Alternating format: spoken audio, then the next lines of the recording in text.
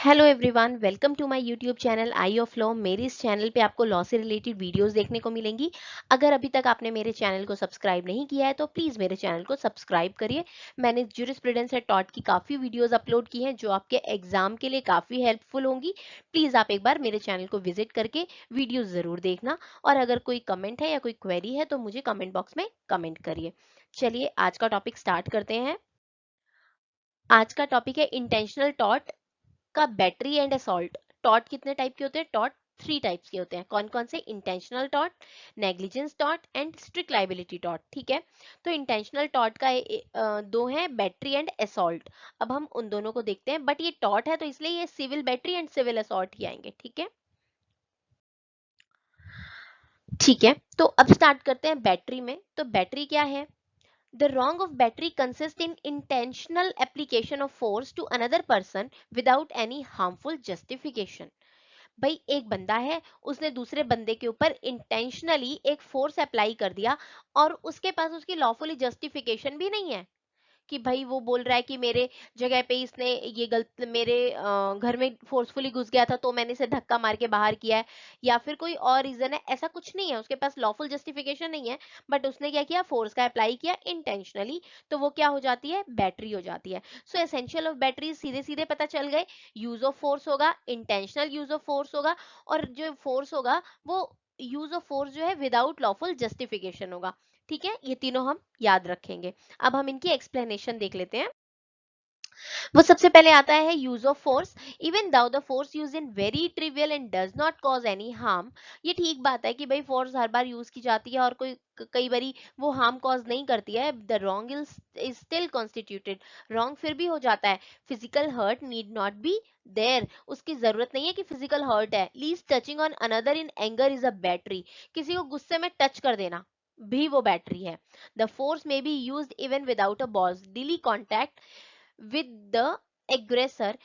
जो फोर्स है वो बॉडीली कांटेक्ट के बिना भी हो सकता है। कैसे? किसी को स्टिक से हर्ट कर देना, किसी के ऊपर बुलेट फेंक के मारना, या कोई और चीज थ्रो करके मारना, या फिर किसी के ऊपर मुंह में भरा हुआ पानी फेंक देना। ठीक है, या फिर कोई बैठा है और उसकी चेयर को पीछे से खींच देना।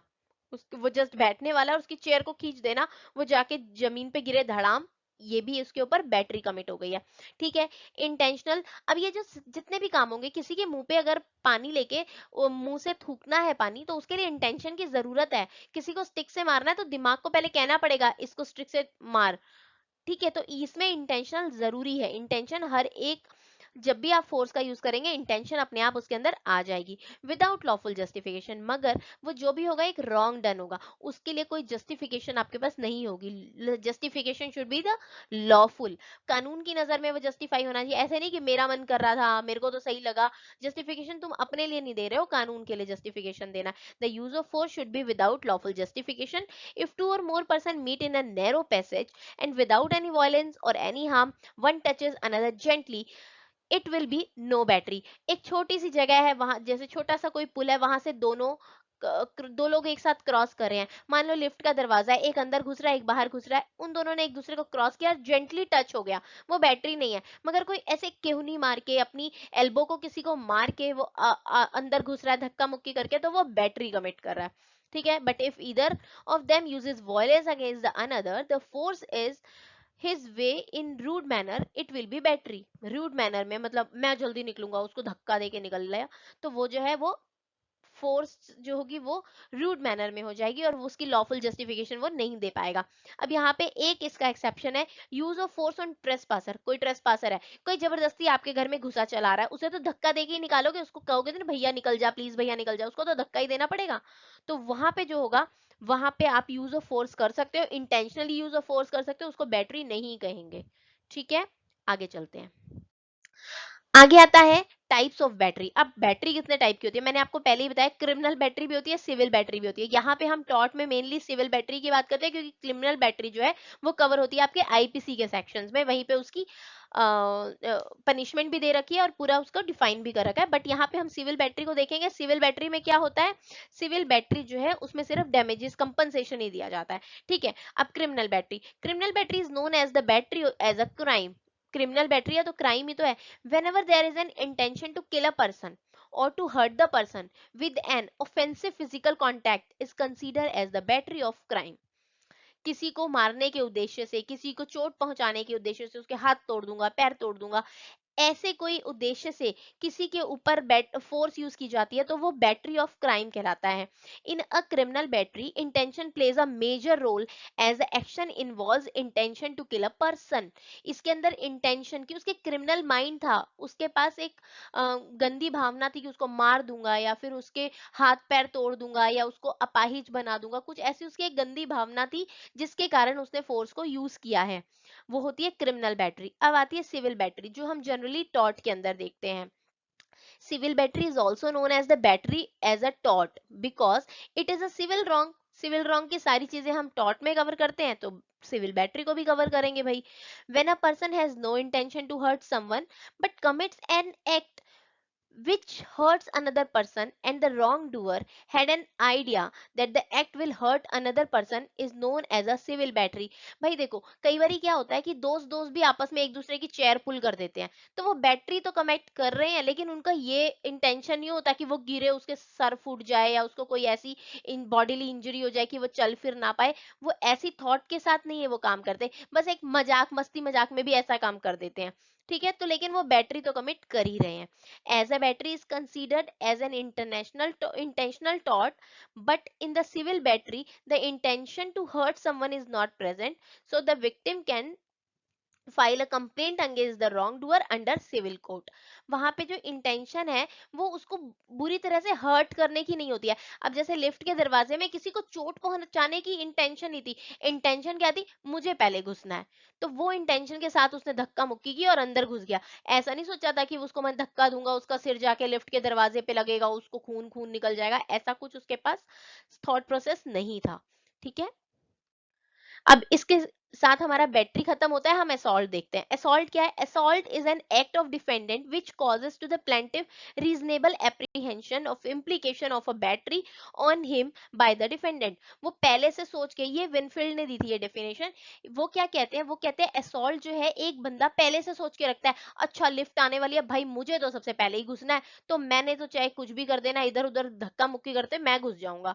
तो ये क्या होती है, असॉल्ट होती है. वो पहले से ही वो अपनी रीजनेबल एप्रीहेंशन अपने माइंड में क्रिएट करके बैठ जाता है.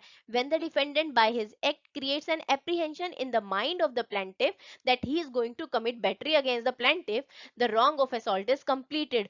जब सामने वाले को भी लगता है भाई ये तो बड़ा बलवान है, ये तो खड़ा है, ये तो धक्का मुक्की करके निकल लेगा, तो जो प्लेंटिफ होता है उसके दिमाग में एक क्रिएशन हो जाती है कि भाई इसने तो धक्का देना, ये मुझे लग सकती है.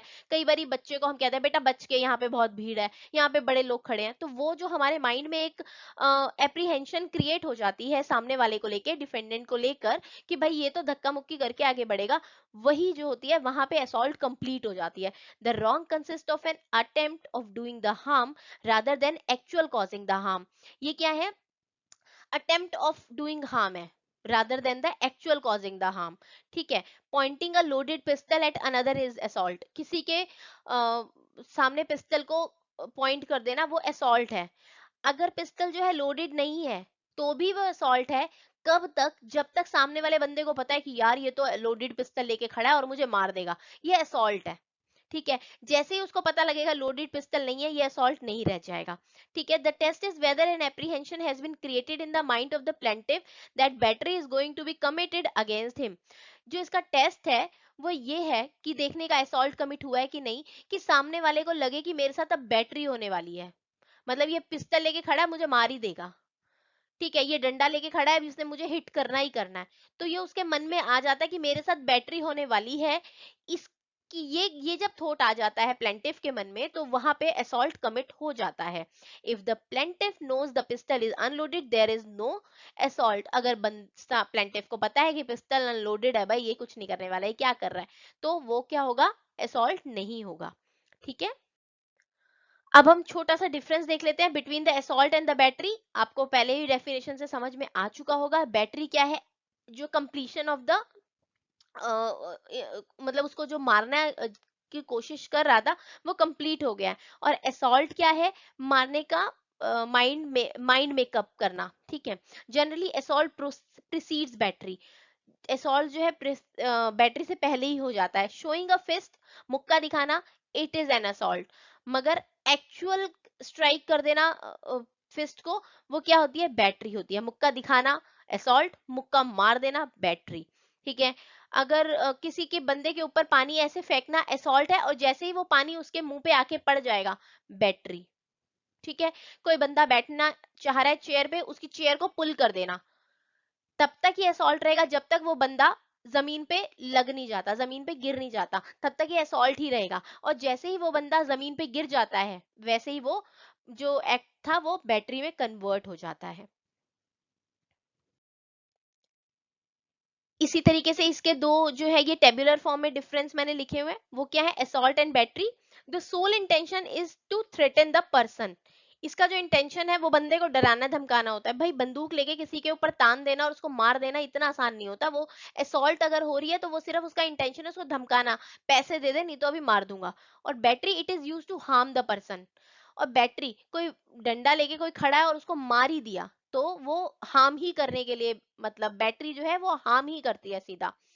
असॉल्ट में फिजिकल कांटेक्ट रिक्वायर्ड नहीं होता है, मगर बैटरी में जब तक उसको लगेगी नहीं, चाहे वो आप बुलेट फेंक के मारे हो, चाहे डंडे से मार रहे हो, चाहे चप्पल उठा के मार रहे हो, कुछ भी कर रहे हो, बैटरी में जाके उसको टच तो करेगा ही, फिजिकल कांटेक्ट तो होगा ही। Trying to punch a person is an assault. किसी को मुक्के मारने करने की कोशिश करना असॉल्ट है, किसी को मुक्का जड़ देना बैटरी हो जाती है।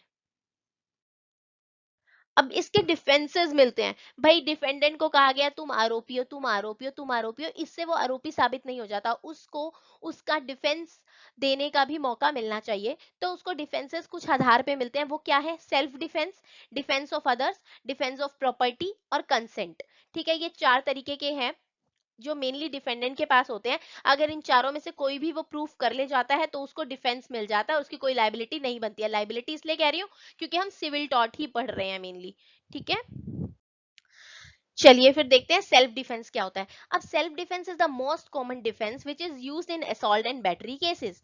सेल्फ डिफेंस बहुत ही कॉमन है, भैया ये तो मुझे ही मार रहा था इसलिए मैंने खुद को बचाने के लिए इसे उल्टा मारा है, ये सेल्फ डिफेंस है, आराम से बता दो। It means to protect your self from unlawful force implied by the other people.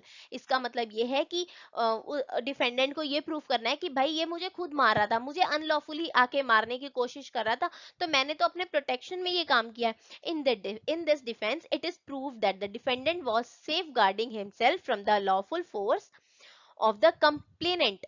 But in this case, the defendant must prove that he did not provoke the other person and there was absolutely no other way to save himself. देखिए defendant अगर खुद को protect कर रहा है तो वो एक लेवल तक प्रोटेक्ट करेगा। ऐसा नहीं है कि वो प्लेंटिव जो जिसके खिलाफ वो कह रहा है कि भाई ये मुझे मारने आ रहा था इसलिए मैंने सेल्फ प्रोटेक्शन में इसको इसके ऊपर बैटरी कमिट किया, उसको जान से मारने के बाद ये गवाही नहीं दे सकता है।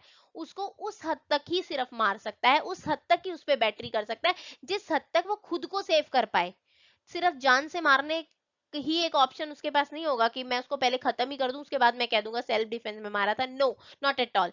और उसके साथ साथ ये भी है कि डिफेंडेंट को ये प्रूफ करना पड़ेगा कि मैंने इसको प्रोवोक नहीं किया था। ऐसे बैठ गया, हाँ बेटे तू तो कुछ भी नहीं कर सकता, तू तो कुछ भी नहीं कर सकता, ऐसे उसको प्रोवोक करोगे आप और उसने आके एक मुक्का आपको मार दिया, फिर आपने सेल्फ डिफेंस में उसको पीट दिया, तो तब आप इसको सेल्फ डिफेंस नहीं कहोगे, तब तो आपने उसको पहले प्रोवोक किया था, उसको क्यों छेड़ रहे थे आप। ठीक है। और दूसरी बात है कि डिफेंडेंट को यह भी प्रूफ करना है कि इसको इस हद तक मारने के सिवा मेरे पास और कोई चारा नहीं था बचने का। वही मैंने आपको बताया कि मारना सिर्फ उस हद तक है जब तक वो बंदा डिफेंडेंट खुद को बचा सके। इस हद तक नहीं मार देना कि उसको बिल्कुल लाचार ही कर दे, आज के बाद वो उठ ही ना पाए। For example, A started a fight with B. In his defence B attacked A with a stick and ran away. A ने बी से लड़ाई शुरू कर दी।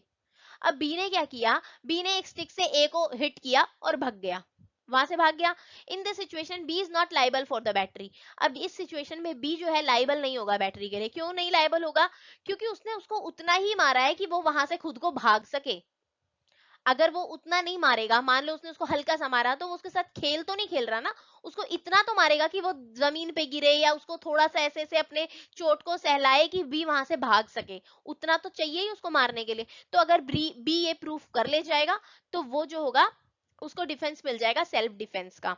अब इसके लिए एसेंशियल एलिमेंट्स क्या है सेल्फ डिफेंस के लिए, the threat of unlawful force और डैमेज।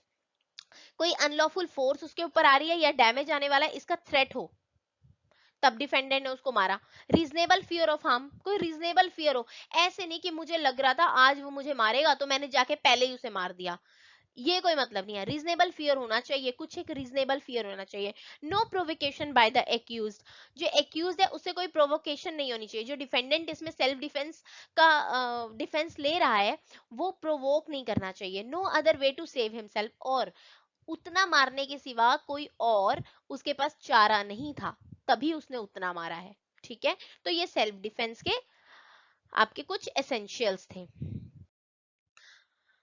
अब नेक्स्ट है डिफेंस ऑफ अदर्स। भाई ऐसा है कि एक बंदा डिफेंस सिर्फ अपना नहीं कर सकता है, कोई एक बच्चा है, उसका खुद का बच्चा या कोई पड़ोसी है, कुछ भी है, तो अगर कोई दूसरा बंदा किसी को देख रहा है, एक बच्चा पार्क में घूम रहा है मान लो, ठीक है, उसके पेरेंट उसके रिलेटिव से हटके कोई अनदर बंदा उसको बहुत मार रहा है और मारते हुए उसको लेके जाना चाहता है, तो आप अगर उस बच्चे के डिफेंस में उस आदमी को पीट देते हो तो उसमें आप डिफेंस ऑफ अदर्स का डिफेंस ले सकते हो। The defence is similar to self defence के जैसा ही है। As in this defence the defendant is trying to save another individual और not himself. In this defence there must be an honest and reasonable fear of harm to another person. उस बच्चे पे एक honest और reasonable fear of harm था कि वो जो दूसरा आदमी था वो उस बच्चे को अननेसेसरी मार रहा था और उसे डरा धमका के किडनैप करने की या किसी और चीज की कोशिश कर रहा था, तो उस केस में मैंने इसको मारा और इतना ही मारा कि वो उस बच्चे को छोड़ दे।